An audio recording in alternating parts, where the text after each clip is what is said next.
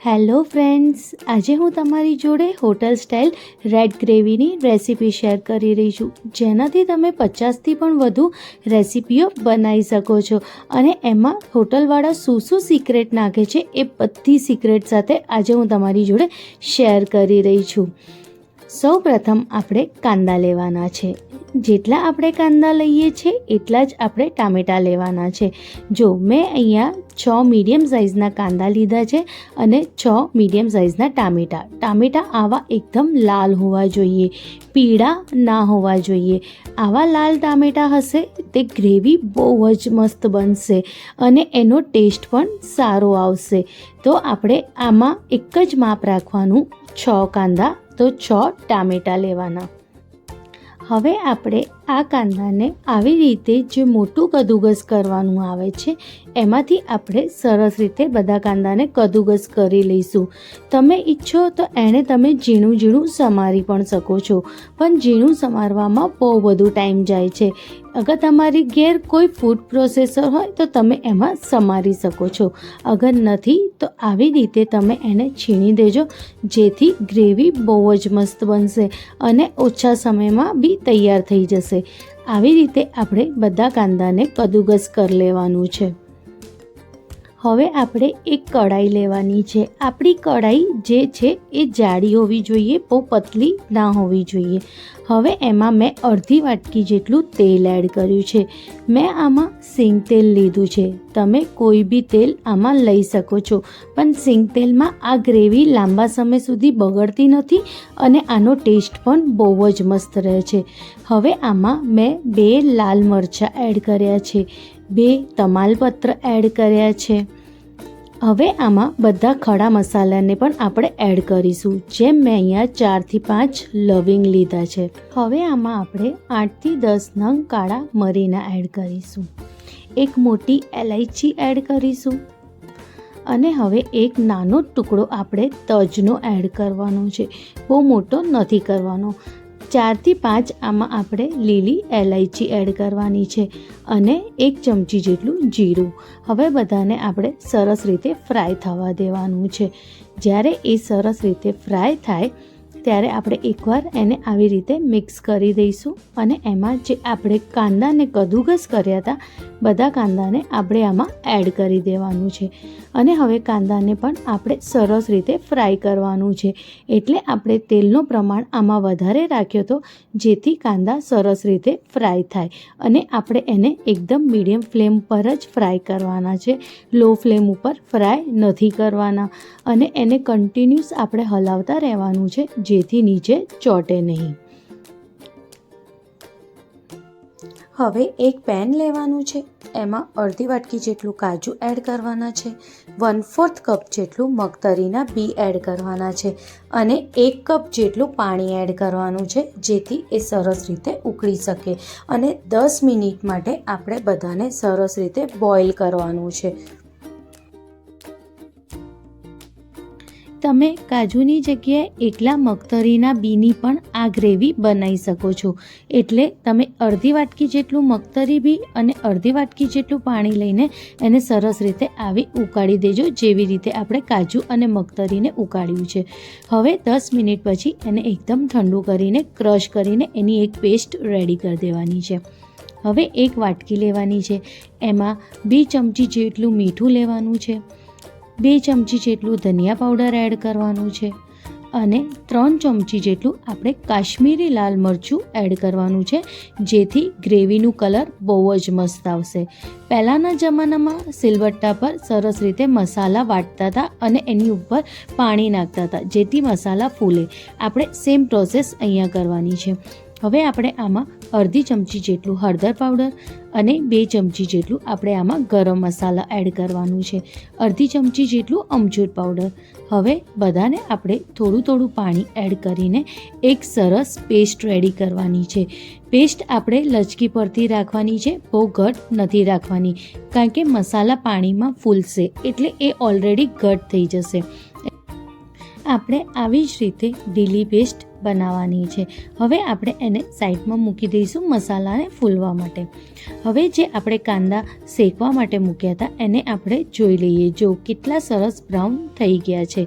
હવે આપણે આમાં 1 ચમચી જેટલું આદું મરચાં લસણની પેસ્ટ એડ કરીશું. અગર તમે લસણ ના ખાતા હો તો તમે એકલા આદું અને મરચાંની પેસ્ટ પણ આમાં એડ કરી શકો છો. હવે બધાને સરસ રીતે આપણે મિક્સ કરી દેવાનું છે. આપણે જ્યારે એ સરસ રીતે શેકાઈ જાય પછી આપણે આમાં ટામેટાં બી કદુકસ કરીને આમાં એડ કરવાનું છે. આપણે ટામેટાને પણ આવી જ રીતે કદુકસ કરવાનું છે જેવી રીતે આપણે કાંદાને કર્યા હતા, જેથી એ સરસ રીતે જલ્દી શેકાઈ જાય અને આપણી ગ્રેવી ફટાફટ રેડી થઈ જાય. ટામેટાને પણ આપણે તેલ છૂટે ત્યાં સુધી સરસ રીતે શેકાવા દઈશું. હવે આપણે આમાં કાજુ અને મગતરીના બીની પેસ્ટ એડ કરીશું જે આપણે વાટીને રાખી હતી. હવે આપણે આને બી સરસ રીતે મિક્સ કરી દઈશું. આને આપણે હવે કન્ટિન્યુઅસ હલાવતા રહેવું પડશે કારણ કે આમાં કાજુ છે. હવે કાજુ શું થાય કે નીચે ચોંટે, એટલે આપણે એને કન્ટિન્યુઅસ હલાવતા રહેવું પડે જ્યાં સુધી એમાંથી તેલ ના છૂટે. જ્યારે એમાંથી તેલ છૂટવા માંડે પછી આપણે જે મસાલાને આપણે પલાળીને એક બાજુ વાટકીમાં મૂક્યા હતા એને આપણે આમાં એડ કરીશું. હવે એ જ વાટકીમાં થોડુંક પાણી એડ કરીશું જેથી જે મસાલા ચોંટ્યા હોય એ બધા નીકળી જાય. હવે આપણે બધાને સરસ રીતે મિક્સ કરી દેવાનું છે અને એકદમ કન્ટિન્યુઅસ હલાવતા રહેવાનું છે કારણ કે આમાં ઓલરેડી કાજુની પેસ્ટ આપણે એડ કરી છે એટલે એ નીચે 100% ચોંટશે. એટલે આપણે હવે ગેસની ફ્લેમ એકદમ લો કરી દેવાની છે અને આને કન્ટિન્યુઅસ આપણે હલાવતા રહેવાનું છે. હવે બી આમાંથી સરસ રીતે તેલ છૂટે ત્યાં સુધી આપણે બધા મસાલાને પણ આ ગ્રેવી જોડે શેકવાનું છે. જો કંઈક આવી રીતે. હવે આપણે આની ઉપર 1 ચમચી જેટલું કસૂરી મેથી કંઈક આવી રીતે પાવડર ફોર્મ કરીને નાખીશું. અને રેડી છે રેડ ગ્રેવી. જે હોટલોમાં મળે એ આવી જ ગ્રેવી હોય છે. આ જ ગ્રેવીને તમે 3 મહિના સુધી સ્ટોર કરી શકો છો.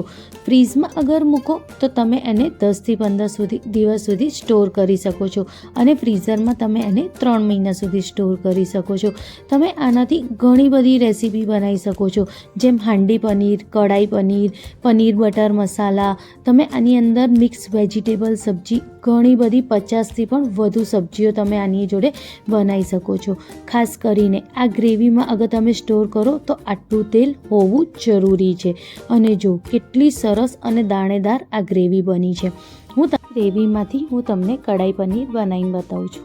એના માટે આપણે એક પેનમાં 2 લાલ મરચાં લેવાના છે, 2 ચમચી જેટલું જીરું લેવાનું છે, 2 ચમચી જેટલું આપણે વરિયાળી લેવાની છે અને 2 ચમચી જેટલું આપણે આખા દાણા લેવાના છે.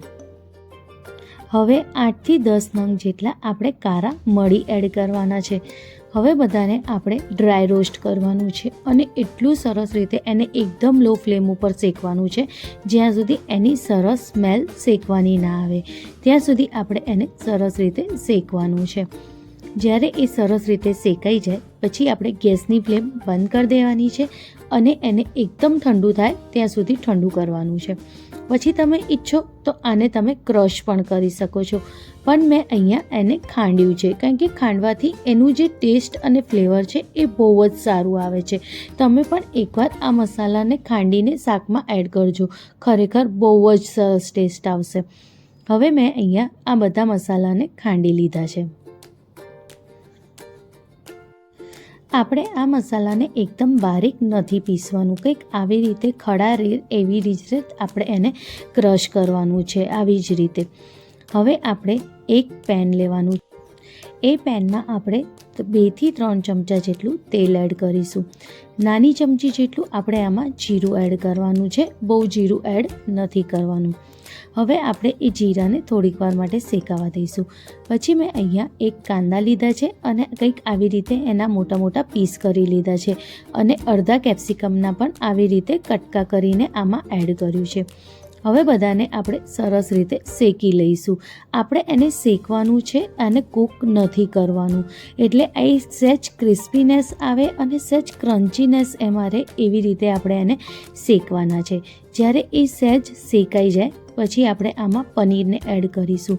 મેં આમાં પનીર 250 ગ્રામ જેટલું લીધું છે. પનીર તમે તમારી ઈચ્છા પ્રમાણે ઓછું વધારે નાખી શકો છો. હવે આને પણ આપણે સરસ રીતે ટોસ્ટ કરીશું. હવે જે મસાલો આપણે ખાંડ્યું હતું એ મસાલાને આપણે આમાં એડ કરવાનું છે. 2 ચમચી જેટલું મસાલો આપણે આમાં એડ કરીશું. એનાથી વધારે મસાલો એડ નથી કરવાનો. હવે આપણે આને પણ સરસ રીતે ટોસ્ટ કરી દઈશું, કંઈક આવી રીતે હલાવીને. આપણે આમાં કરચી બહુ નથી નાખવાની, નહીં તો પનીર તૂટી જશે. આપણે આવી જ રીતે આને બધાને સરસ રીતે મિક્સ કરવાનું છે, આવી જ રીતે. હવે જ્યારે એ સરસ રીતે મિક્સ થઈ જાય અને સરસ રીતે ટોસ્ટ થઈ જાય પછી આપણે 3થી 4 ચમચા જેટલું આપણે ગ્રેવીને આમાં એડ કરવાનું છે. ગ્રેવી તમે વધારે ઓછી તમારા ટેસ્ટ પ્રમાણે આમાં એડ કરી શકો છો. હવે આપણે બધાને સરસ રીતે મિક્સ કરી દઈશું, એ બી એકદમ હલકા હાથે, જેથી પનીર તૂટે નહીં. અને રેડી છે કઢાઈ પનીર. આ કઢાઈ પનીર કેટલી ઇઝીલી અને ફટાફટ બની ગઈ, ફક્ત 5 જ મિનિટમાં. આવી જ રીતે તમે ગ્રેવી બનાવીને મૂકો તો તમે આસાનીથી 5થી 10 મિનિટમાં કોઈ બી શાક ગ્રેવીવાળું બનાવી શકો છો. અગર તમને મારી આ ગ્રેવીની રેસીપી પસંદ આવ્યો તો તમે એને લાઈક, શેર અને કમેન્ટ જરૂરથી કરજો. અને તમે મારા ચેનલ પર નવા હો તો એને સબસ્ક્રાઈબ કરવાનું ના ભૂલતા, અને તમારા દોસ્તો સાથે પણ જરૂરથી શેર કરજો. Thank you.